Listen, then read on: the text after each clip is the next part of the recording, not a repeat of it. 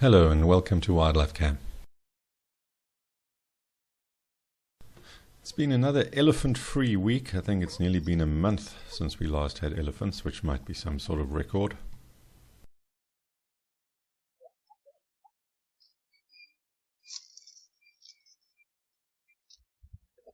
This grumpy Natal Franklin wasn't happy about the family of Swainson's Franklins drinking in its spot.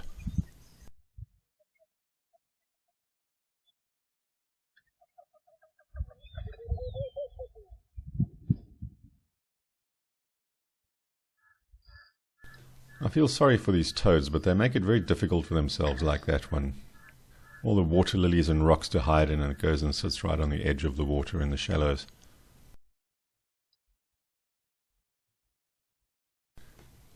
Genets have been known to chase after the owls, although I don't know if they ever catch them. This one was quite sneaky. It walked around the back of the waterhole, but the owl watched it all the way, and eventually the genet disappeared over to the left.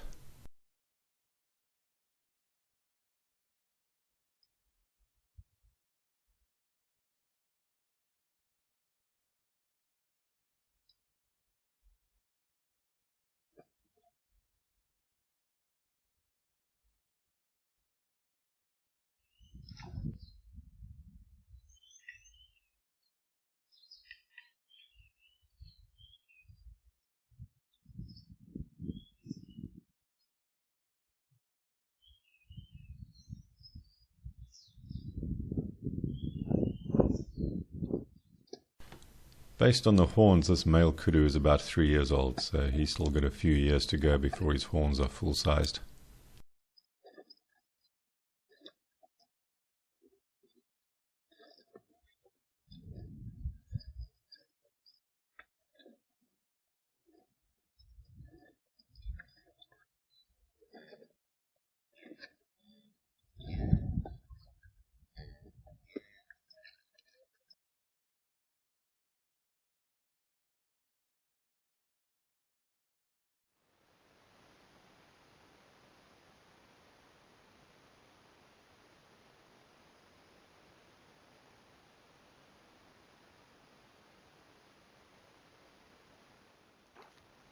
A little group of banded mongooses enjoying the soft sand.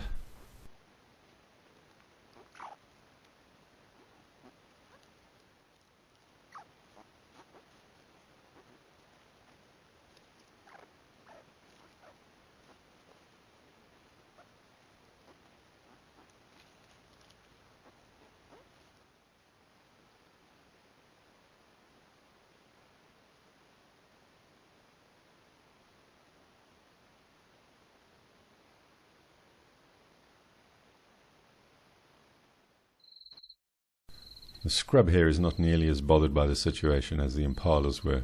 They weren't happy at all about having a hare drinking in their spot.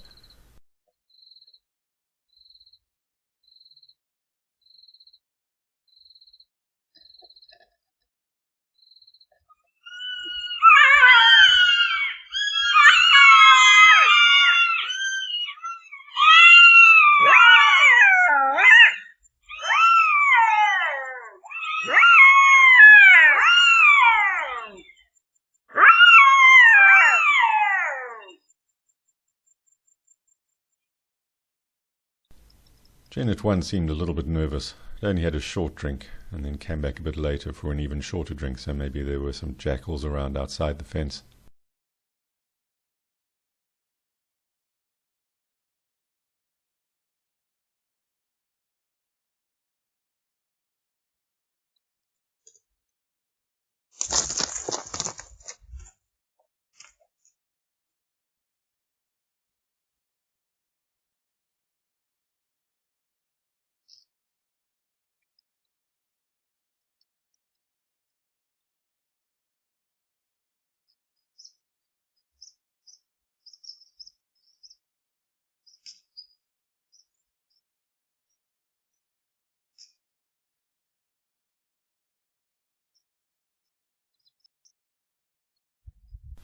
We're seeing bushbuck more and more now as it's getting drier, so this female's becoming quite a regular around the house and the waterhole.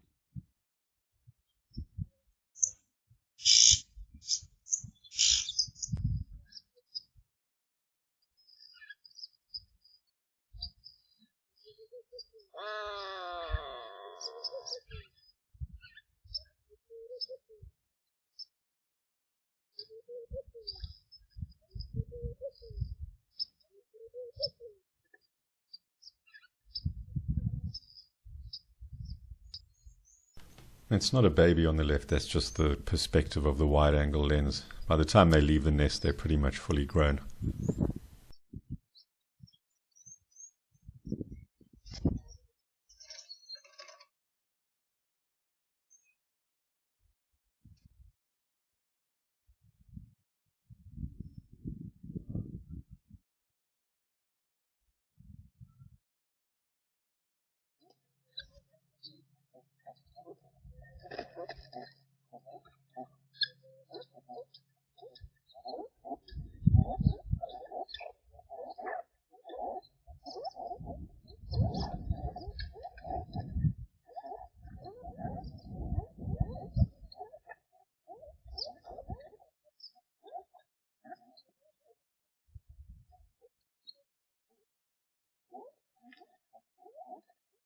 As we move more and more into summer, we're seeing a lot more activity from animals in and around the garden, despite the lack of rain.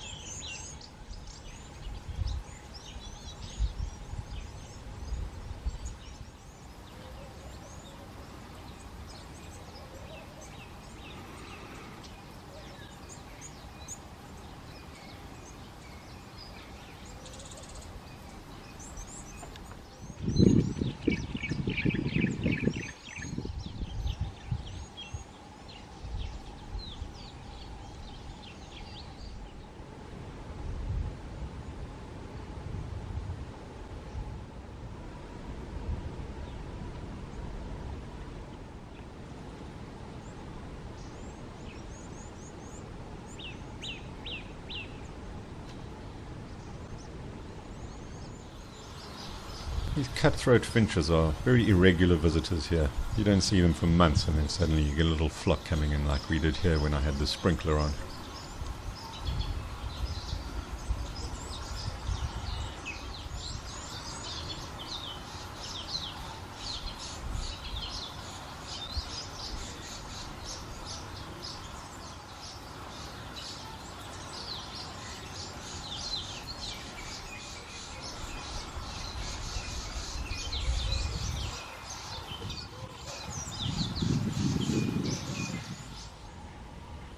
We have to watch out for this skink. It lies on the step near the front door and it doesn't move out the way when you go past, so you have to be careful not to stand on it.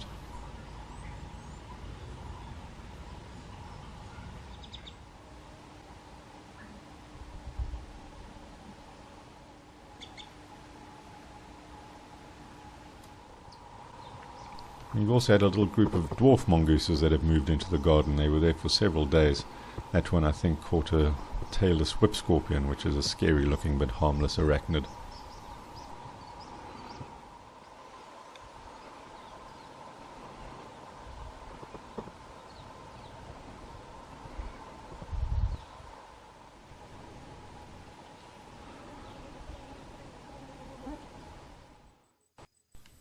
The rain frogs normally come out after fairly heavy rain, so this one must have been very disappointed when it found out that it was still dry.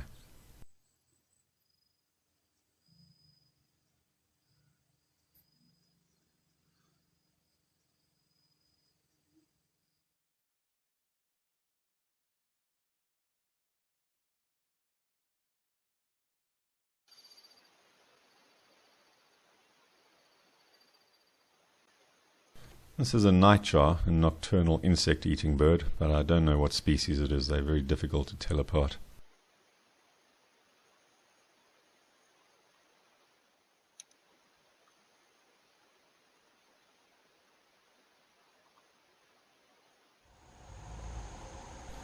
This was quite a special sighting for me, not because of anything that the lions did, they just lay there. But I was the only one there. I'd heard them calling and they were quite close to the waterhole, so I drove down to have a look, and in between filming I would just switch the torch off. It was a moonless night, just some faint starlight, not a breath of wind, very still, just crickets faintly calling in the background, so a very peaceful experience.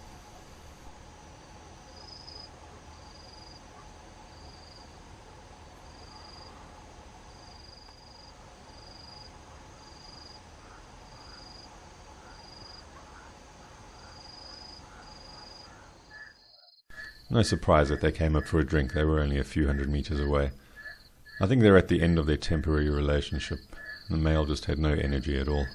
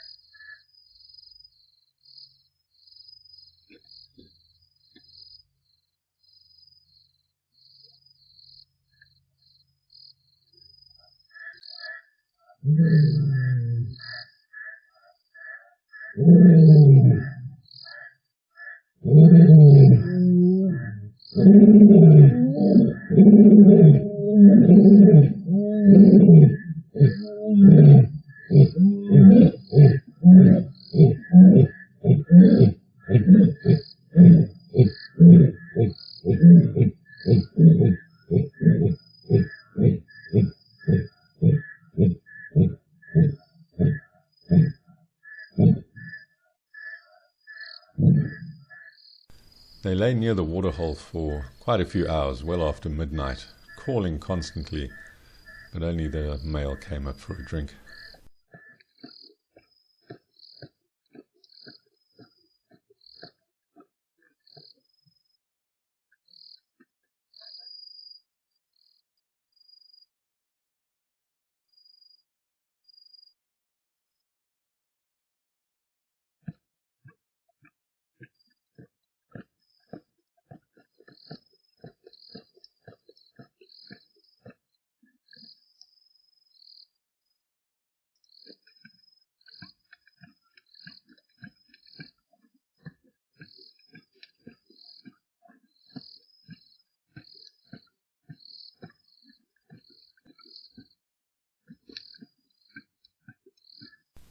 It's quite common for jackals to start calling once they hear the lion's call, as you hear in the next clip.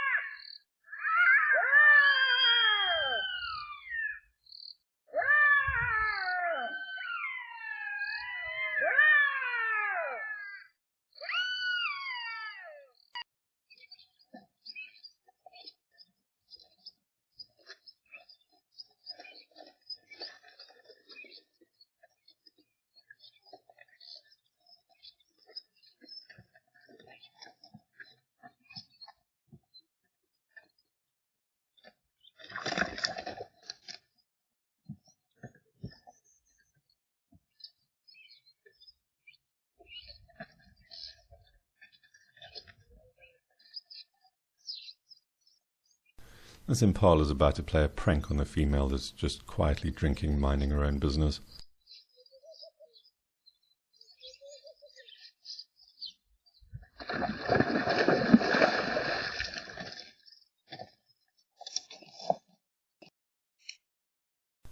Even though the hornbills don't drink, they do on very hot days like to hang around the pond. I'm not sure if it's because it's a bit cooler there or because of all the insects that they can find around the edge.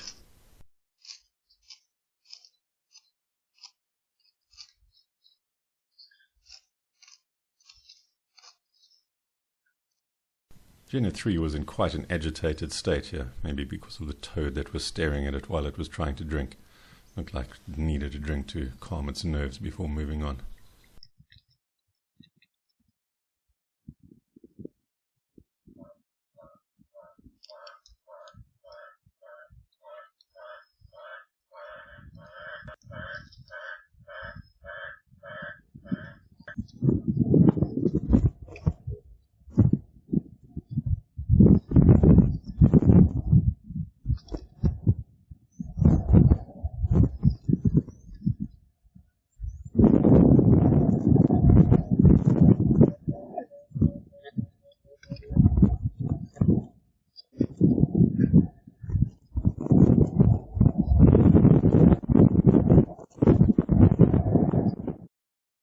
And then I think in a different pair of lines, this was a few days after the other ones, the male was following behind. He bypassed the waterhole and she came for a drink.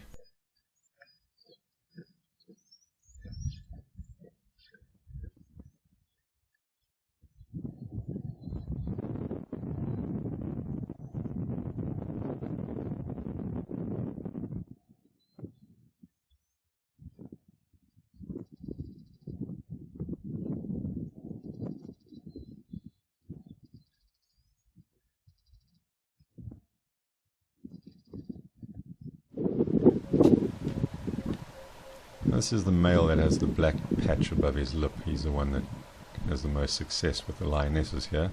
So I think it is a different one. I didn't see the black patch on the lip of the one that was sleeping the other night, although I didn't get a close look.